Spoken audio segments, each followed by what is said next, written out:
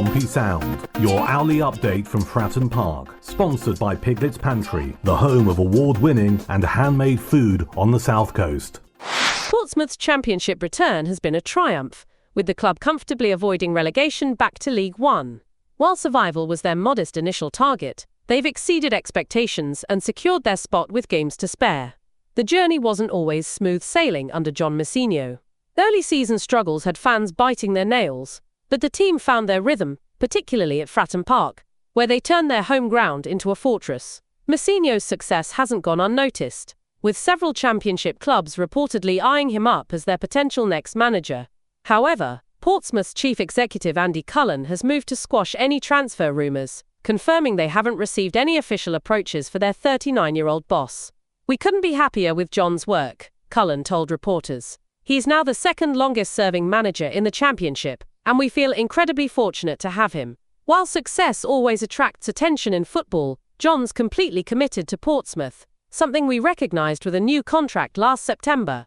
Looking back, many Pompey fans might chuckle at their initial reaction to Mousinho's appointment in January 2023. After years of experienced managers, bringing in Mousinho seemed like a left-field choice that had many scratching their heads. But he certainly proved the doubters wrong. Yeah, and I'm not going to go on and on about this, but if there was one Pompey fan doing cartwheels of joy when he was appointed, the day he was appointed, it was your humble host here on Pompey Sound, namely me.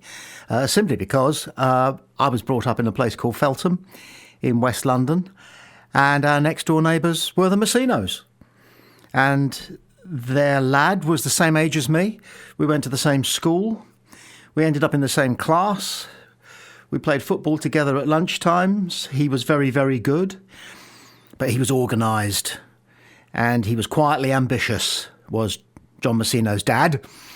And he stayed that way and has been very successful, as is John's mum in her own right. They're a successful family, and they come from a remarkable background which has instilled in John a great many qualities which he brings to managing a football club. And I knew about his administrative skills, his management skills, whilst he was a player at Oxford United, because I was in touch still with his dad. We used to talk about X, Y and Z and talk a lot about football. And we talked about John and his playing days and what he planned to do afterwards. And it was absolutely blindingly obvious that he was going to be a manager. He'd done the very highest coaching badges and he was chairman of the PFA. And to get to be chairman of the PFA in your early to mid-30s is no mean feat. It shows that you know how to play the power-broken game, and John does. His range of skills exceeds what's necessary to be a very successful football manager. And he quietly hides his light under a bushel because he never lets on, frankly, quite how dynamically capable he is in so many areas. And we're seeing the fruits of that in terms of the performance of the team.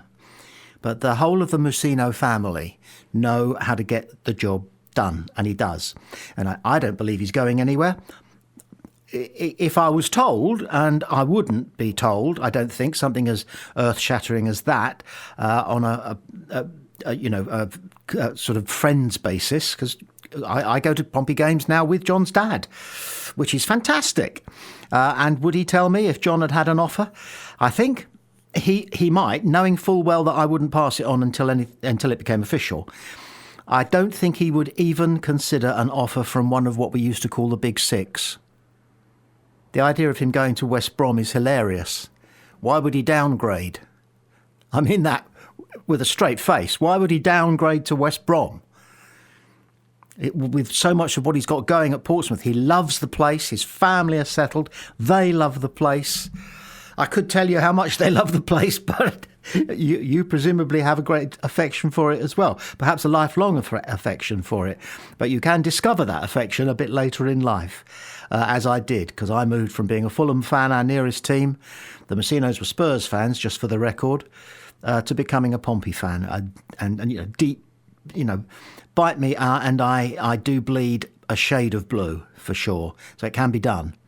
No, he's not going anywhere. I don't think, and I'll say this out loud, I don't think he'd even accept an offer from Spurs.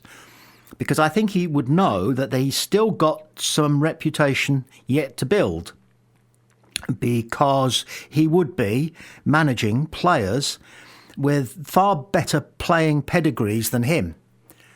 And it doesn't hurt to have been a reasonably top player if you're managing and understanding the demands of being a global superstar, which is what top Premier players are nowadays. So he would be looking to develop some skills still before he moved up a gear or up a division in management. And my guess would be, wouldn't you think, that at some point one of the big clubs will come calling if he keeps the momentum going on this most spectacularly successful management career that he is now only just embarking on. It's not 2 years yet, is it? And look at the plaudits that he's getting. Absolutely fantastic. I haven't heard any moaning about John Messina, apart from the time when we were rock bottom in the Championship and we couldn't win a game. And there were some rumblings then, but I didn't feel that they had a great deal of conviction. I thought that the doubters were doing it almost as a reflex action, a sort of Pavlovian instinct that they have to moan when the performance is on the pitch and the points that are not being accrued are poor or below what we need. There's a knee-jerk to have a pop at the head coach manager. And they did it, but they were just going through the motions. There hasn't really been a bad word anybody can find to say about him, and I'm not surprised, because he is a good guy, good manager, good family man, a good club man. He's as loyal to Portsmouth as they are going to be to him, because he says out loud, doesn't he, over and over, they came in for me when, on paper, I must have been, he must have felt that he was on the bottom of the pile of people who were shortlisted for the job because of the credentials of the people that he would have worked out that he was up against. And yet he then got that phone call from the Eisners. You got the job. Go measure yourself for a blue suit. Fantastic. So good news there from Andy Cullen. He ain't going anywhere. He ain't going anywhere. And I think they're all on holiday in Portugal at the moment. I can't be certain. But if he is going anywhere, it's on an extended summer trip with the team. We'll get an announcement about that shortly. John Messina, football's man of the moment. Yeah. Pompey's John Messina will have more money to play with next season, including bigger transfer fees, something we haven't seen since our Premier League days. While that's exciting and gives us a decent foundation to build on in the Championship, the reality is we're stepping into a financial arms race. The landscape is shifting dramatically, especially with Wrexham and Birmingham City coming up. We thought we were at the bottom of the Championship money pile alongside Plymouth when we finished 16th, but even with our improved budget, we'll likely stay there. That's just how crazy the spending is in this division. Getting out of League One when we did was crucial, especially with clubs like Wrexham and Birmingham chasing promotion. Now they're here, and their spending power is eye-watering. To put it in perspective, Birmingham's League One budget dwarfs what we'll have next season, and Wrexham's wage bill is set to be more than double ours.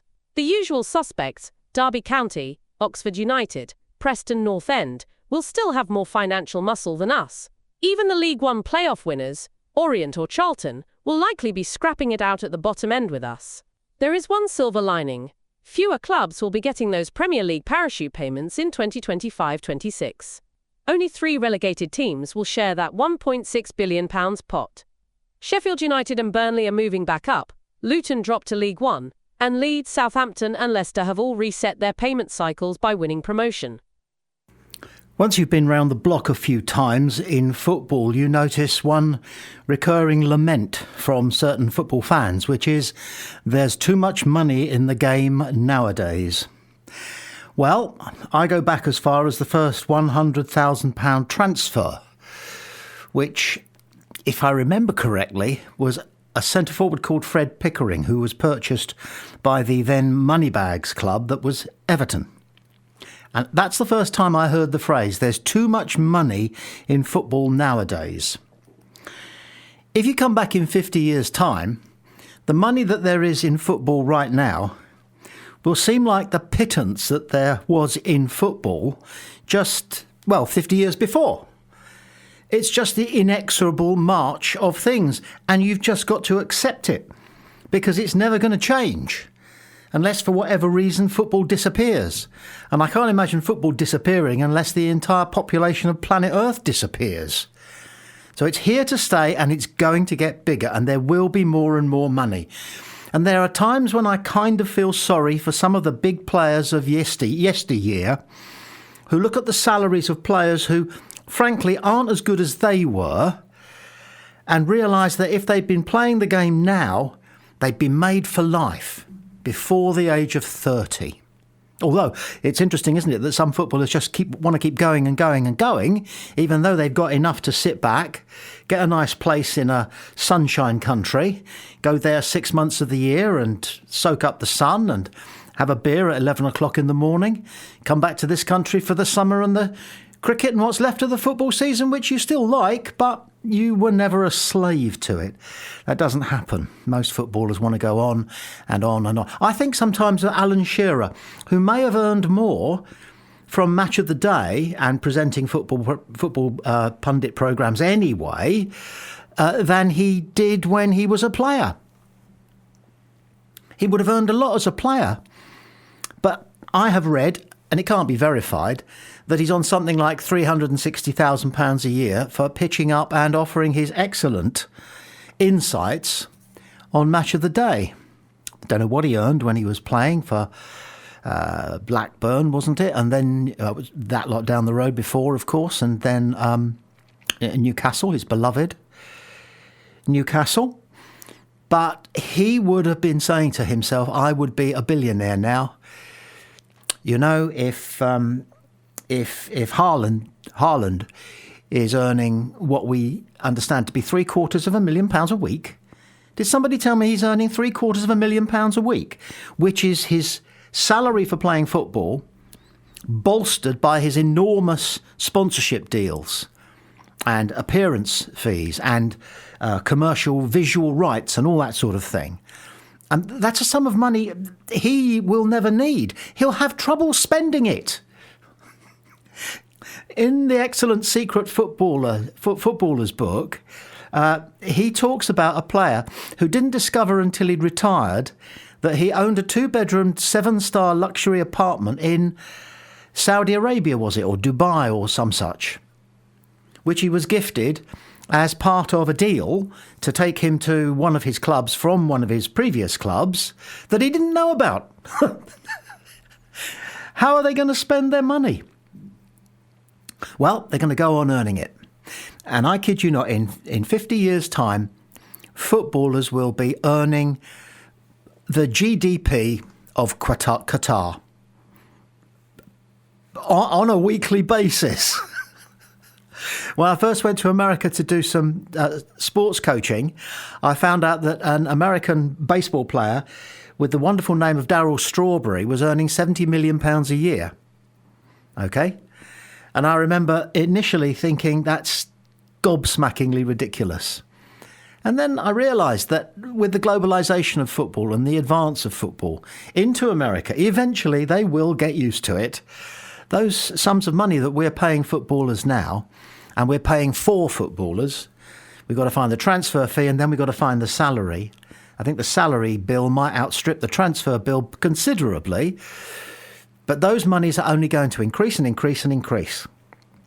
And we've just got to get used to it. We can still go on saying there's too much money in football, just drop the nowadays bit, OK? Deal?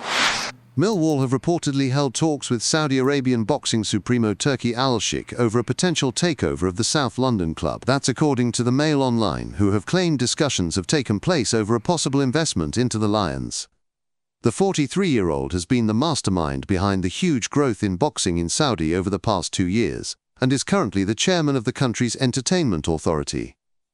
In the report, columnist and former Crystal Palace chief Simon Jordan revealed Al-Sheikh had recently asked him about buying an English club. The boxing power broker last week cut ties with Spanish side Almeria, but recently replied and reposted to Millwall's posts on X. The Lions have made it clear the club is not for sale and have rubbished any reports linking them with any bidders. Alex Neil's men missed out on a shock playoff spot on the final day, following a 3-1 defeat to Burnley.